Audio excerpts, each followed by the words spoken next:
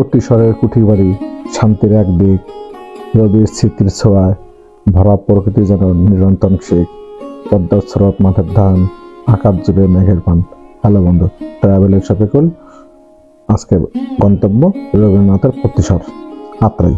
তাল গাছের সারির মধ্যে দিয়ে আমাদের কুঠিবাড়িতে যাত্রা। তাল গাছ এক পায়ে দাঁড়িয়ে, সব গাছ ছাড়িয়ে, রবীন্দ্রনাথের এই ছড়াটির কথা মনে করতে করতে আমরা সামনের দিকে এগিয়ে চলছি।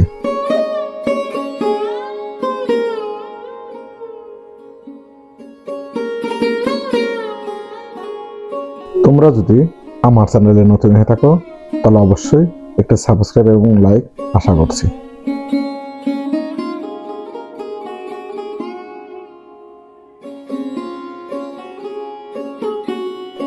এইখানে কবি খুঁজেছিলেন জীবন ও মানবতার সন্ধান, জমিদারি তদারকি, সৃজনশীল মেলা। অতিশরের এই কুঠিবাড়ি ছিল তার প্রাণের খেলা, পল্লীর হৃৎপিণ্ডে ছিল তার কবিতার ধারা, আজও স্মৃতির মাঝে জাগে কুঠিবাড়ির সেই ধারা। প্রথমেই আমরা তাল গাছ এক পায়ে দাঁড়িয়ে, যেখানকে কেন্দ্র করে কবিতাটি রচনা করা হয়েছে, সেই জায়গাটা দর্শন করে নিলাম। এখনো ওখানে একটু ছোট তাল গাছ রয়েছে, বেশ অক্ষত অবস্থায়, দেখে বেশ ভালোই লাগলো।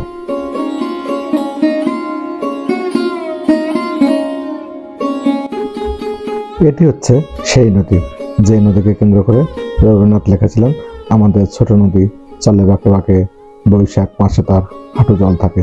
তখন কিন্তু এই ব্রিজটি ছিল না, অবশ্যই হাঁটু জলের উপর দিয়ে মানুষ এপার থেকে ওপার যাতায়াত করেছে। নদীটা এখনো বৈশাখ মাসে কিন্তু হাঁটু জল থাকে।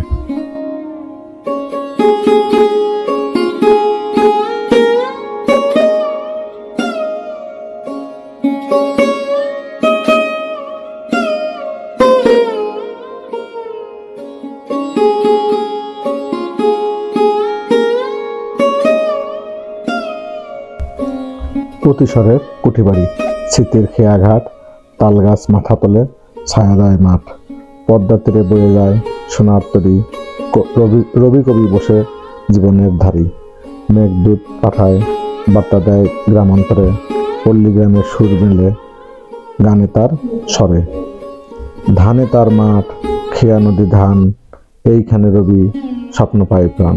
এভাবেই আমরা প্রতিশর রবীন্দ্রনাথের কুঠিবাড়িতে প্রবেশ করছি। এটি হচ্ছে প্রতিশর রবীন্দ্রনাথের কুঠিবাড়ির মেইন গেট। রবীন্দ্রনাথের কুঠিবাড়িতে ঢুকতে কিন্তু টিকিট কাটতে হয়। স্কুলের ছাত্রছাত্রী, বিশ্ববিদ্যালয় সকল ছাত্রছাত্রীর জন্য 10 টাকার টিকিটের বিনিময়ে রবীন্দ্রনাথের কুঠিবাড়ি দর্শন করতে পারবে।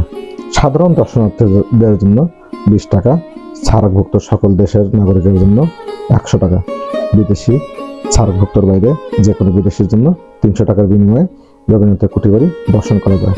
কুঠিবাড়িতে রবীন্দ্রনাথের বিদ্যমান ব্যবহৃত সকল জিনিসপত্র কিন্তু এখনো অক্ষত রয়েছে।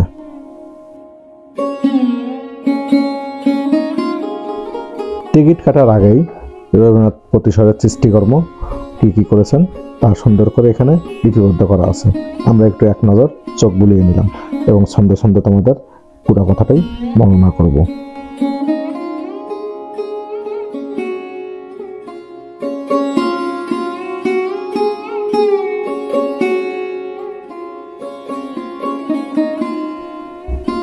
সিংহ দরজার উপর দুটি সিংহ যেন আমাদের সম্ভাষণ করছে। দরজার দুপাশে আছে মার্বেল পাথরে খোদিত অতিশরের সৃষ্টি, রবীন্দ্রনাথের বয়ান। পড়ে নিলাম। প্রবেশদ্বারে বন্ধ, রবিবার, সাপ্তাহিক। ভেতরে যাওয়ার জন্য মন আকুল বেকুল লাগলো। আমাদের মনে দেখা দিল কালো মেঘ। এই যেন দূরে এসে কাছারি বাড়ির ভেতরটা না দেখে গেলে কেমন হয়, কিন্তু ওই দিন বন্ধ ছিল না, তাই আমরা একটু দেখে নিলাম।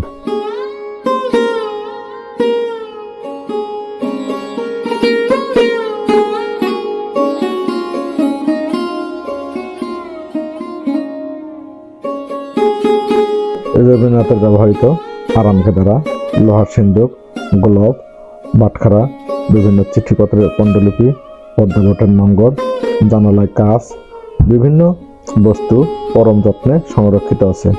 সবচেয়ে অবাক হলাম হাতে কলমের লাঙ্গলের ফলা দেখে। জানা ছিল না রবীন্দ্রনাথের কৃষি বিজ্ঞানের উচ্চশিক্ষায় জন্য তার পুত্রকে পাঠিয়েছিলেন আমেরিকায়। রবীন্দ্রনাথের চেনা অচেনা বিভিন্ন ছবি নিয়ে 3টি ঘর সুন্দর করে সাজানো রয়েছে এই কুঠির বাড়িতে।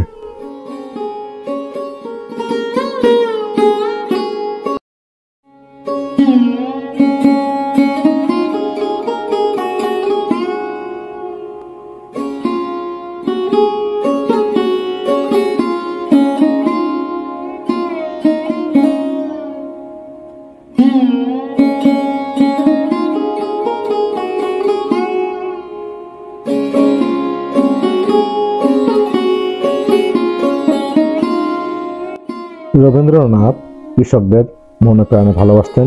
তিনি নোবেল পুরস্কারের অধিকাংশ টাকা দিয়ে কৃষকদের মাঝে কৃষি ঋণ হিসাবে দিয়েছিলেন, যদিও তিনি আর ফিরে পাননি। এটি হচ্ছে সেই সিন্দুক যে সিন্দুকের কৃষি ঋণের জন্য টাকা রাখা হয়েছিল।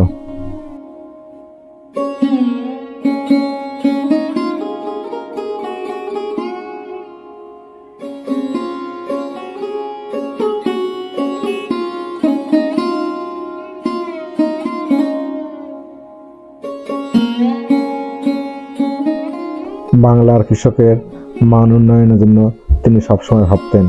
জাদুঘর দেখতে দেখতে রবীন্দ্রনাথের কৃষি ভাবনাই মনে করে বেশি করে।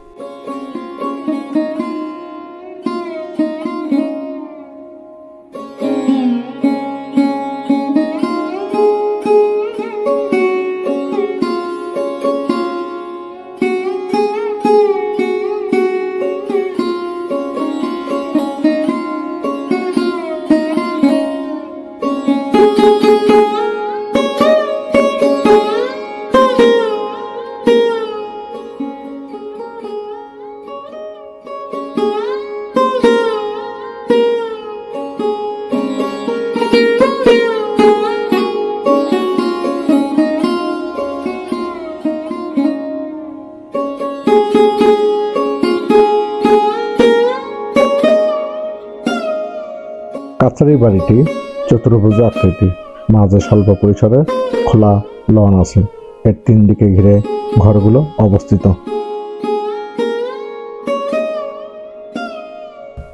এটি হচ্ছে রবীন্দ্রনাথের সেই বিখ্যাত পদ্মাবতের রেপ্লিকা, যা এখনো সংরক্ষিত আছে।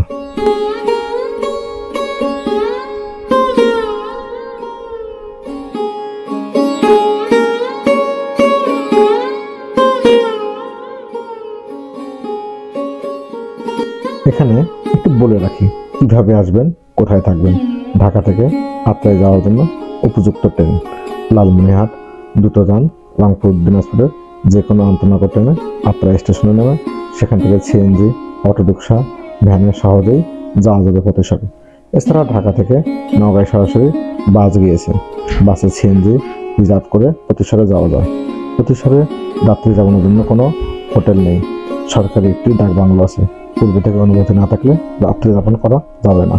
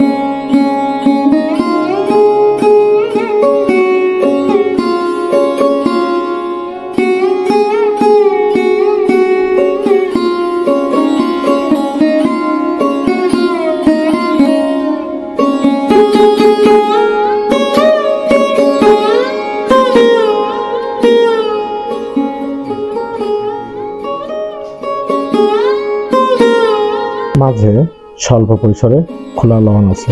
এর চতুর্দিকে ঘিরে ঘরগুলো অবস্থিত। মাঝের লনে বই হাতে দাঁড়িয়ে রবীন্দ্রনাথের একটি ভাস্কর্য। মনে হলো রবীন্দ্রনাথ মাথা উঁচু করে দাঁড়িয়ে আছেন।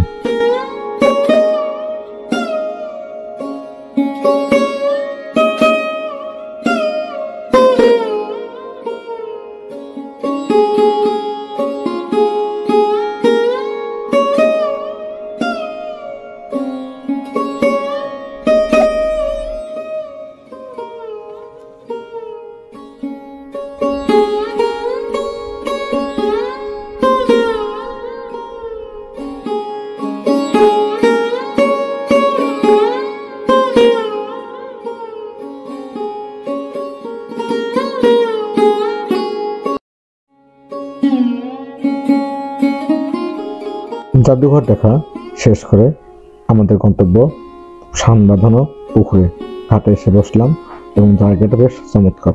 এখানে বই হাতে হাতে কেদারায় বসে রবীন্দ্রনাথ ভাস্কর্য দেখছি আর মন জুড়িয়ে যাচ্ছে।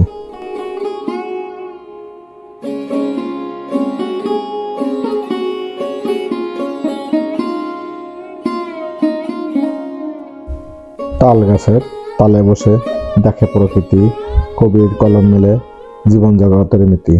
প্রতি স্বরে পল্লীর জেগে ওঠে আলো, রবীন্দ্র চেতনা আজও মন ভোলে।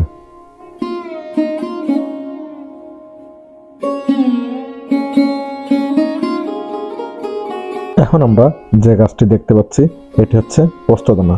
আমার দেখা মতো বাংলাদেশের একমাত্র গাছ এটি।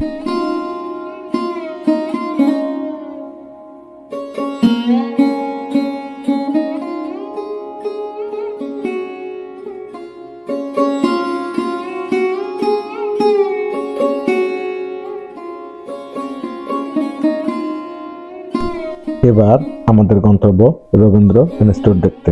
এই স্থাপত্যশৈলী যে কারো নজর কাড়বে। প্রথম দর্শনে আমরা মুগ্ধ হলাম। রবীন্দ্রনাথ নিজ হাতে প্রতিষ্ঠানের বিদ্যালয়টি দেখেছেন। পুরো ঘরটি তালতলি, যা চমৎকার দৃষ্টিনন্দন। জানা গেল এটি প্রথম থেকেই এরকম আছে। বিদ্যালয় দেখা শেষ করে এরপর আমরা চলে গেলাম নদের ঘাটে।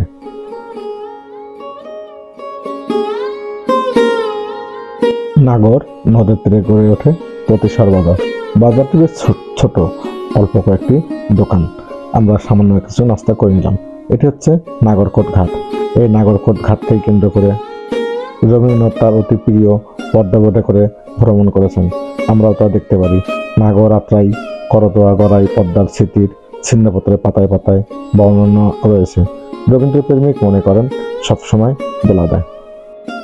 এই সেই নদী, যে নদী আমাদের ছোট নদী চলে বাঁকে বাঁকে দরজা বন্ধ হয়ে গেল।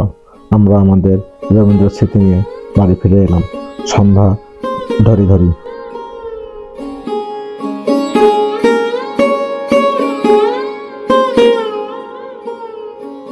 প্রতিশরের কুঠির বাড়ি, ধানের গন্ধে ভরা 2 বিঘা জমিতলে কবির মন আধারসটা। বাসনের লক্ষ্যের ছোঁয়া, আকাশে প্রদীপের জ্যোতি। অনন্ত পথের কবি খুঁজেছে জীবনের নিত্য দিনের ঋতু। মাতার আহ্বান বাজে পল্লীর কানে কানে, দিদির স্নেহের পরশ মেশে স্নিগ্ধ গানের তালে। গ্রামের পথে কবির চরণ, মাটির সাথে মিতালি, পল্লীর এই দৃশ্যপথে জীবনের খেয়ালি। এভাবেই আমাদের ভ্রমণটি শেষ করলাম। ধন্যবাদ। দেখা হবে পরবর্তীতে অন্য কোথাও, অন্য কোনো জায়গায়।